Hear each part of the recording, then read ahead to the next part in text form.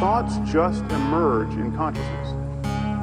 We are not authoring them. That would require that we think them before we think them. The thoughts you think you have come uninvited to your brain. They were summoned out of past conditions linked along the chain.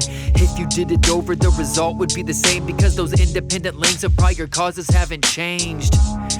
Your intentions feel designed, but you are not the author, only a witness when they arrive. Ideas generated are hidden behind the mind. You only see the finished product, the sources you've been denied. Preferences never picked, genetics, trauma, culture, this isn't a clever trick. Your urges are emergent regardless of your consent. You think your choices are your own, they're just echoes of deeper scripts. Look where initial conditions live, it's in your childhood, your language, rewards, and the punishments. All of it defining and guiding development. The forces that altered your course, you had never selected them. Everyone is an open system. No one authored themselves.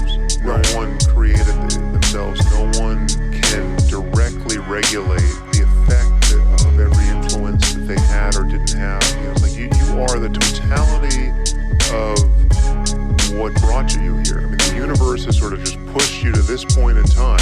If everything repeated, you would act the same, because no alternate conditions would exist without a change. History had limited the options you could take, and what you chose was predetermined by the way you had been shaped.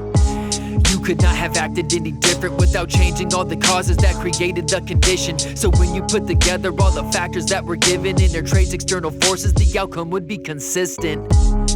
Randomness is only noise, it does not give you the control over making the final choice. It really doesn't matter if chaos has been deployed. You're not the author of your thoughts because you hear them in your voice.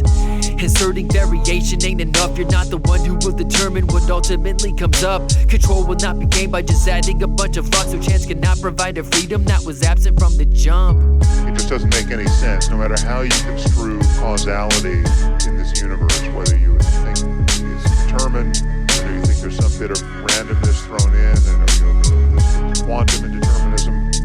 However you tune those dials, what people seem to mean by free will makes no sense.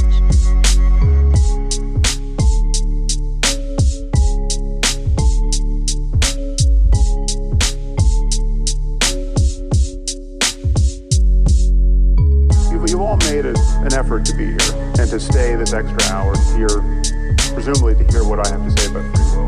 But there's also a voice in your head that is just saying things. Haven't you noticed? And many of these things have nothing to do with what I'm talking about. You're struggling to follow my train of thought, but there's competition. You suddenly start thinking things like, I should probably stop drinking diet soda.